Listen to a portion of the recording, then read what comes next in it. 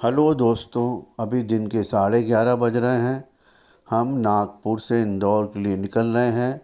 ये चौराहा reserve bank of India Nagpur का है, जो हमको लेफ़्ट हैंड साइड पे जाकर सीधे फ्लाईओवर से जोड़ देगा। चौराहा है, यहाँ से हम हाईवे पे चले जाएंगे। लेफ़्ट हैंड मुड़कर फ्लाईओवर के द्वारा हम नागपुर से बाहर हाईवे पर शिफ्ट हो जाएंगे। यहाँ से भोपाल करीब 350 किलोमीटर है और बैतूल 172 किलोमीटर है। हम बैतूल होते हुए नागपुर की तरफ जाएंगे। यहाँ पे हल्के से बादल छाए हैं, उमस है और ये फ्लाईओवर हमको नागपुर भोपाल हाईवे पे ले आएगा। अब हम नागपुर भोपाल हाईवे पर आ गए हैं। रोड अच्छी बनी हुई है, 4 लेन है, ट्रैफिक कम है क्योंकि गर्मी ज़्यादा पड़ रही है। अभी हम फ्लाईओवर के ऊपर ही चल रहे हैं। नागपुर को इंडिया का सेंटर माना जाता है। आज़ादी के बाद से ही पहले नागपुर को ही राजधानी बनाने का विचार था, लेकिन राजधानी तो नहीं बन सका। नागपुर के आसपास इंडस्ट्रियल एरिया काफ़ी ज़्यादा है, क्योंकि ये इंडिया के सेंटर में है तो ट्रांसपोर्टेशन इतनी दिक्कत नहीं आती है। अभी हम इंडस्ट्रियल एरिया के पास से गुजर रहे हैं। अब हम मेन हाईवे पे आ गए हैं। ये नेशनल हाईवे है और बिल्कुल सन्नाटा है। इस हाईवे पर आपको खाने पीने की दुकानें कम मिलेंगी। दोनों तरफ ऑरेंज के बाग हैं। रास्ते में जगह जगह आपको ऑरेंज मिलते दिख जाएंगे। हाईवे बड़ा चौड़ा 4 लेन है। सड़कें काफ़ी अच्छी हैं। बीच बीच में छोटे छोटे स्पीड ब्रेकर हैं, जो बहुत ज़्यादा ऊंचे नहीं हैं। आप आसानी से गाड़ी निकाल सकते हैं। गर्मी बहुत ज़्यादा है, उमस भी हो रही है। आप लोग देख रहे हैं हाईवे में दोनों तरफ मैदान ही मैदान है। रास्ते में कोई पेट्रोल पंप नहीं, कोई चाय की दुकान नहीं। इस पूरे हाईवे में रेस्टोरेंट और पेट्रोल पंप बहुत कम हैं। इसलिए जब भी आप चलें तो गाड़ी का टैंक फुल करा के चलें। एयर प्रेशर पंप लेके चलें। मैंने नेशनल हाईवे वाला ऐप डाउनलोड कर लिया था, जिसमें 3,000 एनुअल फ़ीस लगती है, तो मेरा बहुत कम टोल कटा और वो बहुत इकोनॉमिकल रहता है। आप भी जब नेशनल हाईवे पर लंबे चलें तो उस नेशनल हाईवे वाले ऐप को डाउनलोड कर लीजिएगा।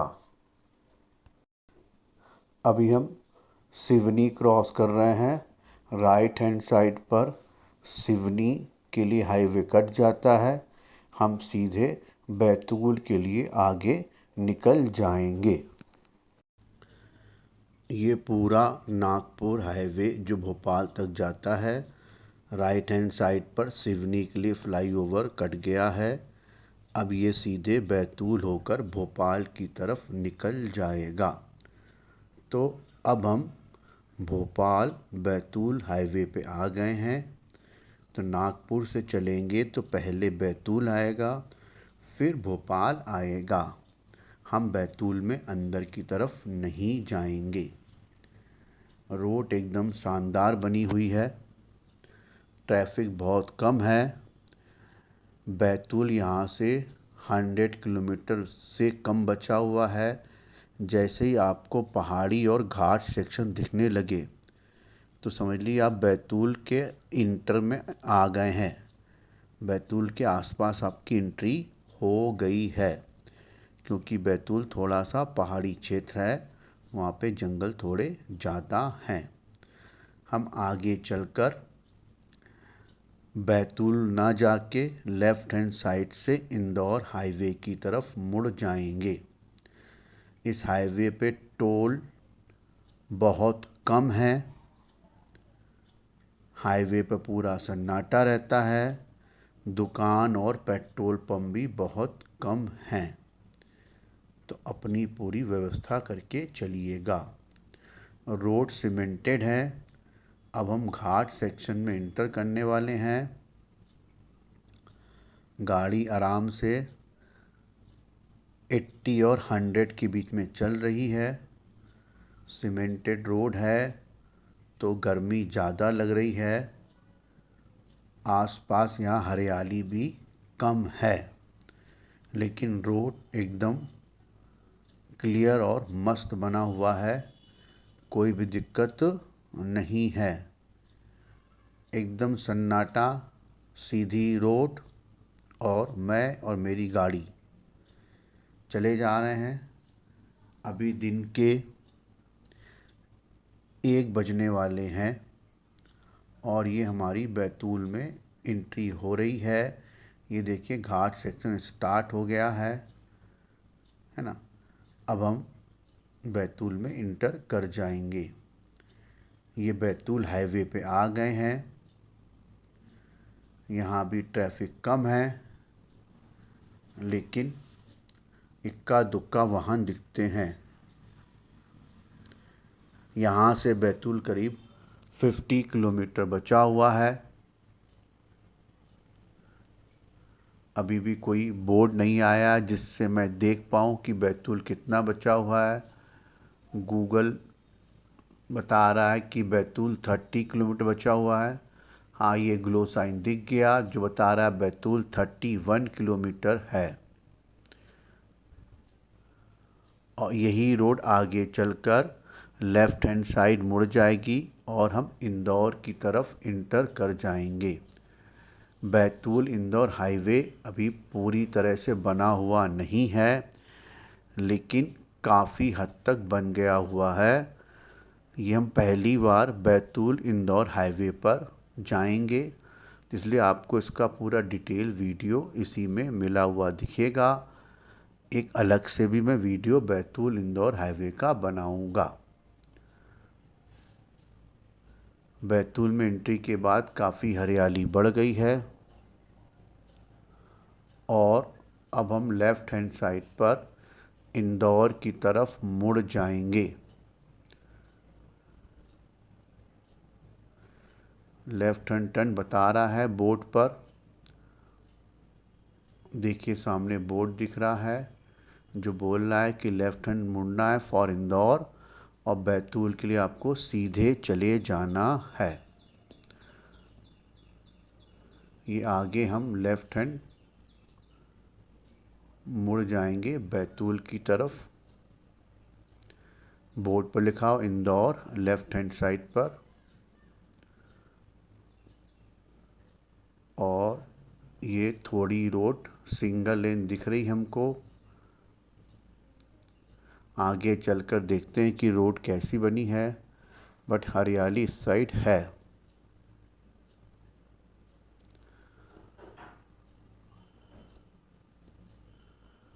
और दोनों तरफ ट्रैफिक है। ये रोड आगे चलकर 4 लेन में मिल जाएगी जो इंदौर तक लगभग ऐसी बनी हुई है। ये देखिए हम बैतूल इंदौर हाईवे के 4 लेन में इंटर कर चुके हैं। ये रोड इंदौर तक पूरी 4 लेन बनी हुई है। इस पर भी ट्रैफिक ज़्यादा नहीं है। हम पहली बार इस रोड पर इंटर कर रहे हैं। एक्सप्लोर करते हैं कि हाईवे कैसा बना हुआ है और आपको भी बताते हैं। हाईवे तो बहुत शानदार बना हुआ है। 100 की स्पीड से आप गाड़ी चला सकते हैं। ट्रैफिक बिल्कुल भी नहीं है। और ये डामर रोड बनी है, सीमेंटेड रोड भी नहीं है। बहुत शानदार हाईवे है। गाड़ी चलाने में काफ़ी मज़ा आ रहा है। बीच बीच में ये टू व्हीलर वाले आ जाते हैं जिससे पूरी स्पीड का एवरेज डिस्टर्ब हो जाता है। अब हम बैतूल हाईवे से हटके इंदौर की तरफ चल रहे हैं। ये इंदौर बैतूल हाईवे है। बहुत ही शानदार हाईवे बना हुआ है। 4 लेन रोड है। इस समय दिन के 1:40 हो रहे हैं। ट्रैफिक इस हाईवे पे कम है और दोनों तरफ कोई भी दुकानें नहीं हैं। नागपुर से लेकर अभी तक की जर्नी से एक निष्कर्ष निकलता है कि ये रास्ता रात में ड्राइव करने वाला नहीं है। रोड तो अच्छी है लेकिन रास्ते में कोई भी दुकान, ढाबा, पेट्रोल पंप बहुत कम हैं। तो ये सिक्योरिटी के हिसाब से थोड़ा सा मुझे गड़बड़ लगता है। रोड नो डाउट बहुत बेहतर बनी हुई है लेकिन एक रात को एकदम सन्नाटा हो जाएगा, कुछ भी आपको समझ में नहीं आएगा। कोई भी इंसिडेंट हो गया तो कुछ भी आप कर नहीं सकते हैं क्योंकि पूरी तरह से रोड पर घर नहीं दिख रहे हैं, ना कोई दुकानें हैं। पेट्रोल पंप भी बहुत कम है। नागपुर वाले रोड पर भी कम थे, इस रोड पर भी कम हैं।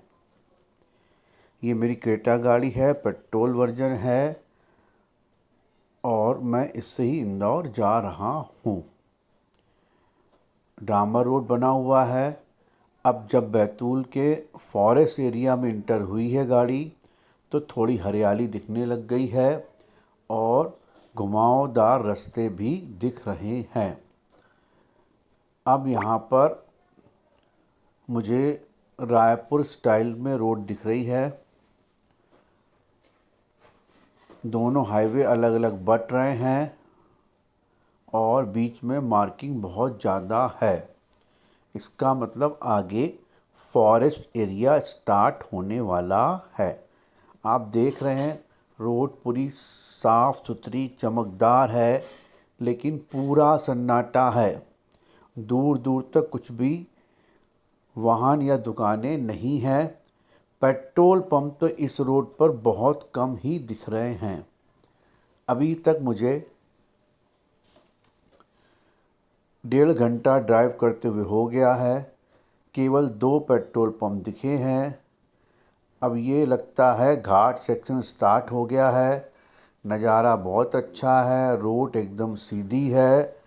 अब ये 2 लेन हो गई है और उस साइड की 2 लेन हमको दिखाई नहीं दे रही है। इसका मतलब हाईवे यहाँ से 2 भागों में बँट गया है। जाने की रास्ता अलग है और आने की रास्ता अलग है। ये सामने पहाड़ी एरिया दिख रहा है। इसका मतलब आगे घाट की तरफ आएगा। तो मेरा सजेशन आपको यही रहेगा कि इस रास्ते पर रात को ना निकलें क्योंकि पूरा जंगल का इलाका है, सन्नाटा है।